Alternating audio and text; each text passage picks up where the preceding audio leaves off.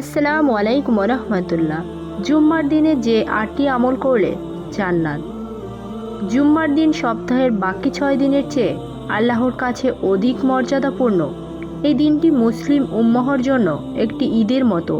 আল্লাহ তাআলা এই দিনে এমন কিছু বিশেষ ফজিলত রেখেছেন যা আমাদের জীবনের গুনাহ মাফ এবং জান্নাত লাভের বড় সুযোগ তৈরি করে দেয়, কিন্তু আমরা অনেকেই জানি না এই দিনে কি কি কাজ করলে জান্নাতের পথ সহজ হয়ে যায়। এমন 8টি আমল হলো: 1. জুম্মার দিনে সূরা কাহাফ পড়া। জুম্মার দিন ইসলামে একটি বিশেষ মর্যাদাপূর্ণ দিন, আর এই দিনে অন্যতম ফজিলতপূর্ণ আমল হলো সূরা কাহাফ তিলাওয়াত করা। রাসূলুল্লাহ সাল্লাল্লাহু আলাইহি ওয়াসাল্লাম বলেন, যে ব্যক্তি জুম্মার দিনে সূরা কাহাফ পাঠ করবে তার পায়ের নিচ থেকে আকাশ পর্যন্ত আলো ছড়িয়ে পড়বে, যা কিয়ামতের দিন তার জন্য আলো হবে এবং জুম্মার আগে গুনাহসমূহ মাফ করে দেওয়া হবে। 2. জুম্মার দিনে কমপক্ষে 100 বার দরুদ শরীফ পাঠ করা। দরুদ শরীফ পাঠ করা শুধু জুম্মার দিন নয়, প্রতিদিনই একজন মুমিনের জন্য বরকতপূর্ণ আমল, তবে জুম্মার দিনে এটি বিশেষ গুরুত্ব ও ফজিলত রাখে। রাসূলুল্লাহ সাল্লাল্লাহু আলাইহি ওয়াসাল্লাম নিজেই উম্মতকে জুম্মার দিনে তার ওপর বেশি বেশি দরুদ পাঠ করার নির্দেশ দিয়েছেন। রাসূল সাল্লাল্লাহু আলাইহি ওয়াসাল্লাম বলেন, কিয়ামতের দিন আমার সবচেয়ে নিকটবর্তী ব্যক্তি হবে সে যে ব্যক্তি আমার উপর সবচেয়ে বেশি দরুদ পাঠ করেছে। যদিও দরুদ পাঠের জন্য নির্দিষ্ট সংখ্যা বাধ্যতামূলক নয়, তবে অনেক ওলিয়া কেরাম, আলেমগণ ও নেককারগণ প্রতি জুম্মায় অন্তত 100 বার দরুদ পাঠ করা পরামর্শ দিয়েছেন, যাতে অন্তর নরম এবং রাসূল সাল্লাল্লাহু আলাইহি ওয়াসাল্লামের সম্পর্ক গভীর হয়।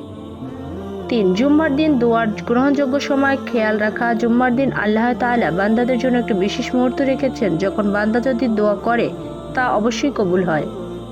রাসূল সাল্লাল্লাহু আলাইহি ওয়াসাল্লাম নিশ্চয়ই জুম্মার দিনে একটি মুহূর্ত আছে, কোনো মুসলমান সেই সময় দাঁড়িয়ে সালাতে অথবা ইবাদতে আল্লাহর নিকট কিছু চাইলে আল্লাহ তাআলা অবশ্যই তাকে দিয়ে দেন। এই সুমুহূর্ত কোনো সময় তা নিয়ে সাহাবায়ে কেরাম বা আলেমদের মধ্যে ভিন্ন মত থাকলেও অধিকাংশ আলেম একমত যে আসর ও মাগরিবের মাঝের সময় দোয়া কবুলের সেই বিশেষ মুহূর্ত রয়েছে। 4. জুম্মার দিনে বাবা মাকে ফোন বা দেখা করে খুশি করা। জুম্মার দিন হচ্ছে এমন একটি মর্যাদাময় সময় যখন নেক আমলের ওজন বহুগুণে বৃদ্ধি পায়।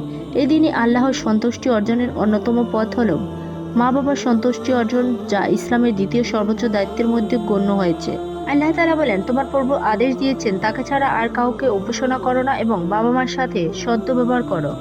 জুম্মার মতো বরকতপূর্ণ দিনে মা বাবার দোয়া নেওয়া ও তাদের খুশি করা জান্নাতের দরজা উন্মুক্ত করার অন্যতম উপায়। 5. জুম্মার দিনে রিজিক বৃদ্ধির নিয়তে দান করা। জুম্মার দিনে দান সদকার জন্য অন্যতম শ্রেষ্ঠ সময়। এদিনে আল্লাহ তাআলার পথে দান করলে শুধু গুনাহ মাফ হয় না, বরং রিজিকের বরকতও বৃদ্ধি পায়। রাসূলুল্লাহ সাল্লাল্লাহু আলাইহি ওয়াসাল্লাম বলেন, দান করার মাধ্যমে সম্পদ কখনো কমে না। জুম্মার দিনে সামান্য হলেও দান করুন, হোক তা মসজিদে দরিদ্র মানুষকে কিংবা কোনো অভাবী আত্মীয়কে। দান শুধু টাকা পয়সার সীমাবদ্ধ নয়, খাবার খাওয়ানো, কাপড় দেওয়া বা কারো প্রয়োজনে সাহায্য করাও দানের অন্তর্ভুক্ত। 6. জুম্মার দিনে আত্মীয়তা সম্পর্ক রোজগার করা। জান্নাত লাভের অন্যতম পথ হলো আত্মীয়তা সম্পর্ক বজায় রাখা। জুম্মার দিনের ফজিলতপূর্ণ সময় আত্মীয়দের খোঁজখবর নেওয়া, তাদের সাথে যোগাযোগ রাখা বা দেখা করা আল্লাহর সন্তুষ্টি অর্জনের একটি বড় মাধ্যম। রাসূল সাল্লাল্লাহু আলাইহি ওয়াসাল্লাম বলেন, যে ব্যক্তি আত্মীয়তার সম্পর্ক বজায় রাখে আল্লাহ তার রিজিক বৃদ্ধি করবেন এবং আয়ু দীর্ঘ করবেন। রাসূল সাল্লাল্লাহু আলাইহি ওয়াসাল্লাম বলেন, আত্মীয়তার সম্পর্ক ছিন্নকারী জান্নাতে প্রবেশ করতে পারবে না। অর্থাৎ আত্মীয়তার সম্পর্ক রক্ষা করা জান্নাতের অন্যতম শর্ত, আর এটি ছিন্ন করা জান্নাত থেকে বঞ্চিত হওয়ার কারণ। 7. জুম্মার দিনে পাপ কাজ থেকে নিজেকে বিরত রাখা। জান্নাত লাভের জন্য যেমন নেক আমল জরুরি, তেমনি গুনাহ থেকে দূরে থাকা আরও জরুরি। জুম্মার দিনের মতো বরকতময় দিনে চোখ, কান, জিহ্বা ও অন্তরকে সব প্রকার গুনাহ থেকে বাঁচিয়ে রাখা জান্নাতের পথে চলার একটি শক্তিশালী আমল। 8. জুম্মার দিনে অন্তরের গুনাহের জন্য আল্লাহর কাছে ইস্তিগফার ও ক্ষমা চাওয়া। জুম্মার দিন তওবা ও ইস্তিগফারের জন্য অত্যন্ত বরকতময় সময়। এদিনে অন্তরের সব গুনাহ, ভুল ত্রুটি ও অহংকারের জন্য আল্লাহর কাছে বিনম্র হৃদয় দিয়ে ক্ষমা চাইলে আল্লাহ তাআলা তার রহমতের দরজা খুলে দেন এবং জান্নাতের পথ সহজ করে দেন।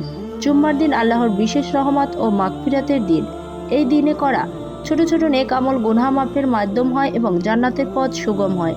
আসুন আমরা সবাই এই দিনটিকে গুরুত্ব দিয়ে তাওবা, দোয়া ও সাদকা করি। আল্লাহ আমাদের সকলকে তার বরকত দান করুন।